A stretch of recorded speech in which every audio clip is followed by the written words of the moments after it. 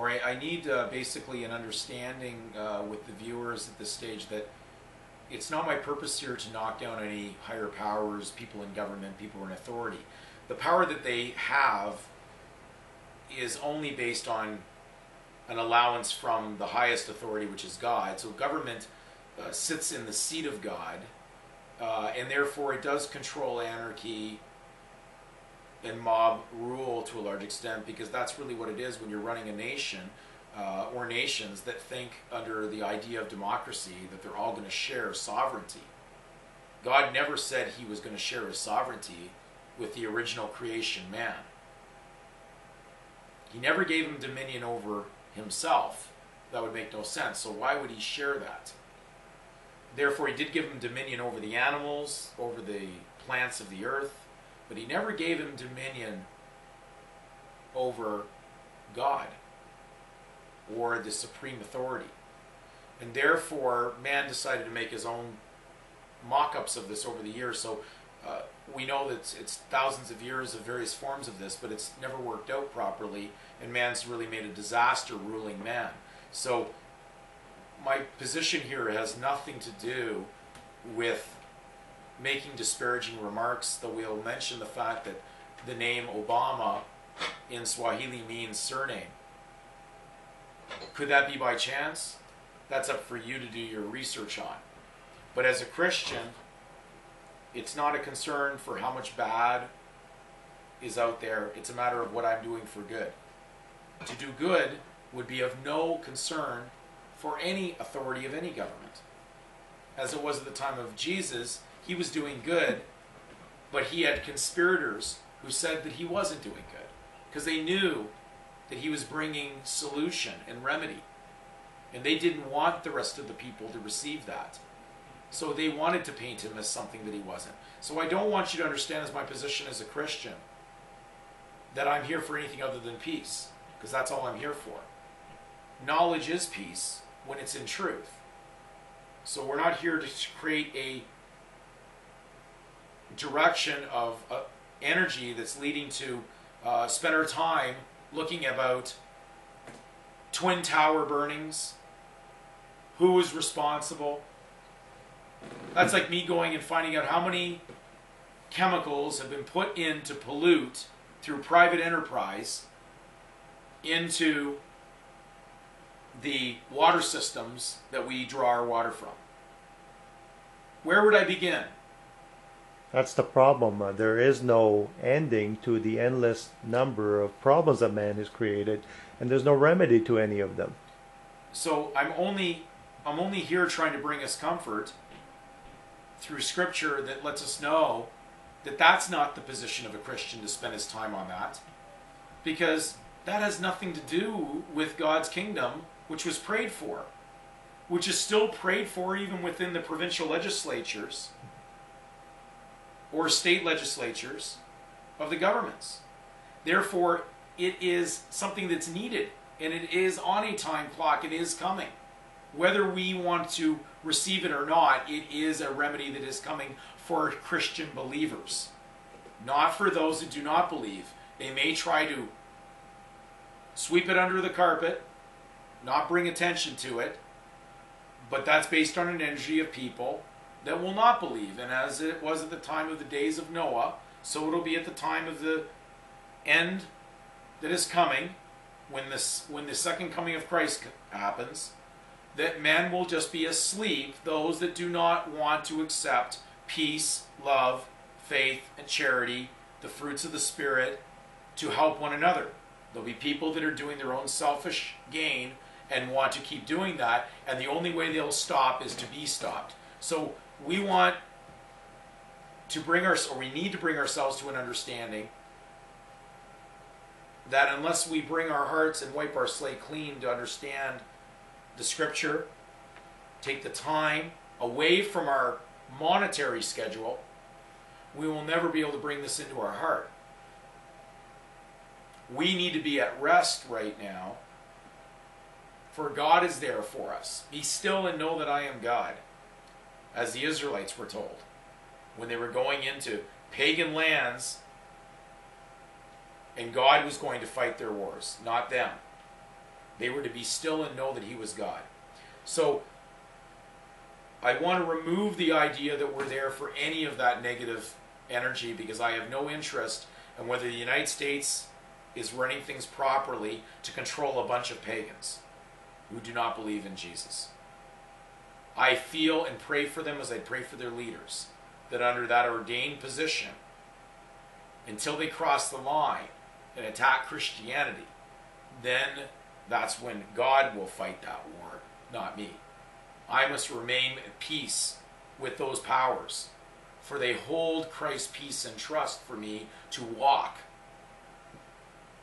But if you do not believe and you want to play both sides, that is your choice.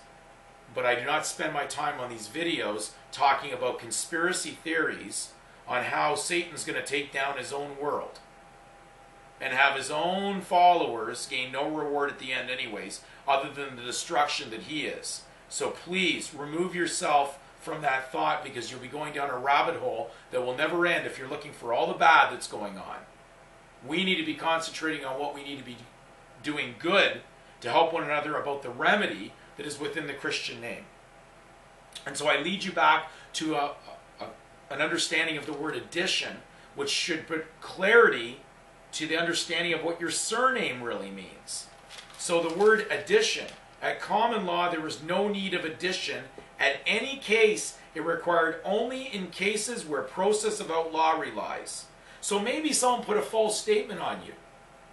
Maybe it was your own parents who allegated or made an accusation that you were going to do the same thing they were, so they were an informant. They put a false title over your head. Boy, that seems very similar to the time of Jesus' execution. Even though he said his kingdom was no part of that world, they still claimed that he was Jesus of Nazareth, King of the Jews, though he never said that he was. And he wasn't born in Nazareth, he was born in Bethlehem. And the fact he was noted as the Christ because Pontius Pilate had said, "What do you wish for me to do with this man you call the Christ?" Well, that wasn't over his head upon his execution. So they executed a fiction. And therefore, we're in the same position today. What is the challenge? Are we that name? Are we at occupation? Are we of their jurisdiction? Or are we a peculiar people who are there for something? Because they'll feel you very peculiar to be involved in pure charity, to give of yourself for love, to preach forth the message of which a Christian is, because he professes the teachings of Christ. Therefore, it is the state of someone who professes the teachings of Christ. That is your state. That is your state name, your Christian name. That is the first name stated. That's why it's the first name. It comes in first place. It is the forename. It is the beforehand name. Then you gave them a hand. And in law, the Christian name is the name.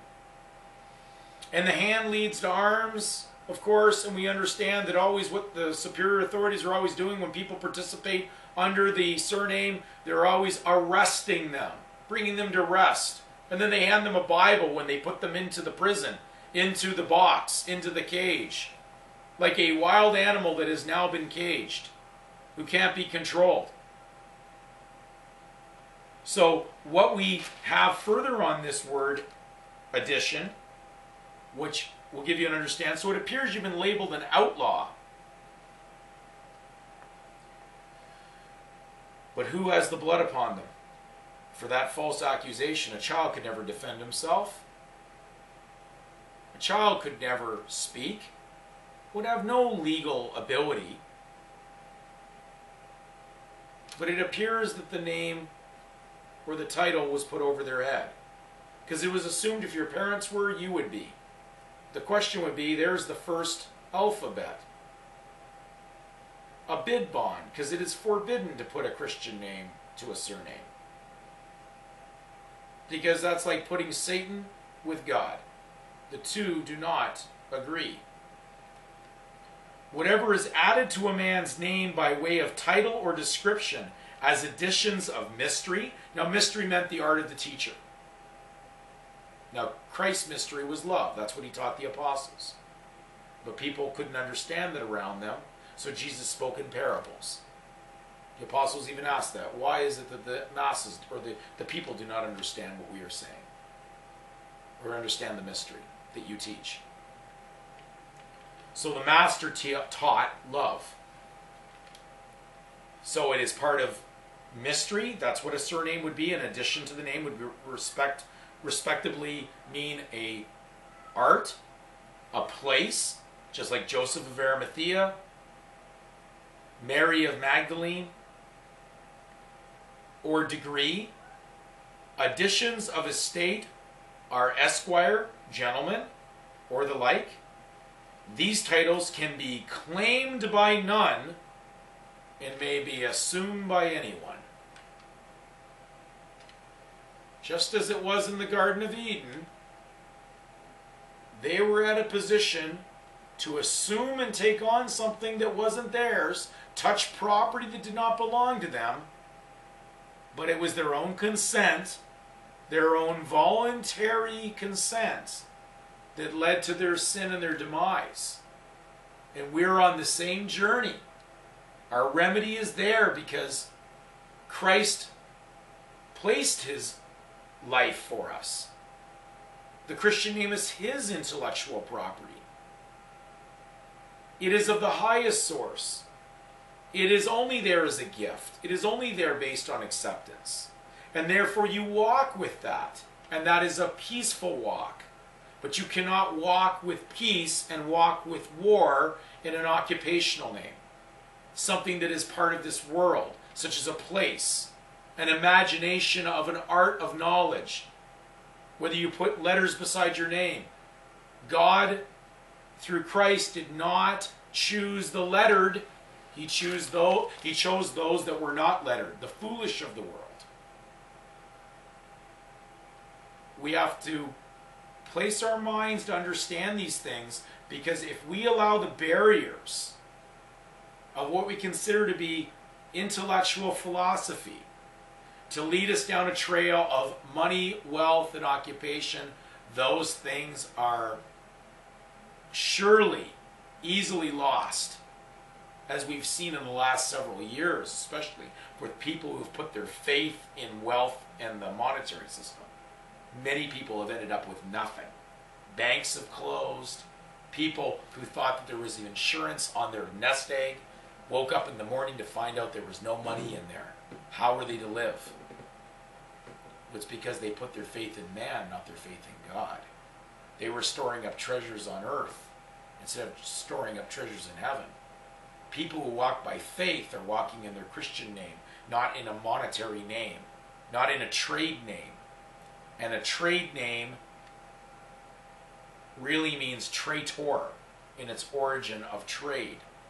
So are you a trader, a broker, brokering because you can't choose your position, whether you're going to choose good or evil? So you'll play in the middle. You'll be a middleman, a middle class that popped out of the middle of nowhere in the last 100 years. There was no such thing as a middle class.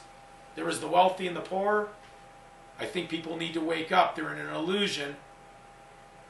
They're down a satanic journey where Satan has said, this is your surety name. But you're the only one that backs up his surety. He can't assure it. He has you insure it. When the people who killed Christ are running the insurance program on it. These are evil people doing evil things. The government's in trust. The power is within the courts. The judges still hold the authority of God in there for you doing right. Not because you have a right, it's because you have grace. But if you choose right over grace, claim of right, what right could I claim if I'm a slave of Christ? He purchased me. How could a slave have property? But Satan gives you the idea that you could take over the authority of this slave's surname, of which you're backing up a complete illusion of nothing. There is nothing there. And there certainly will be nothing in the future when the charter to that disappears, which is coming. So we hope this video has brought you enlightenment, especially the last sentence I read you under the definition of addition under Black's Law, which was addition of estate or esquire is one of the terms, along with art, description of your name, occupation, place you were born. That's what a surname represented. Something dealing with man's secular understanding of his imagination of the planet, the world, and he creates an idea on it and then says you're a part of that. That's part of the world. But the last sentence was, these titles can be claimed by none and may be assumed by anyone. And remember, assumption is deceit. We hope this clarifies the value of your surname.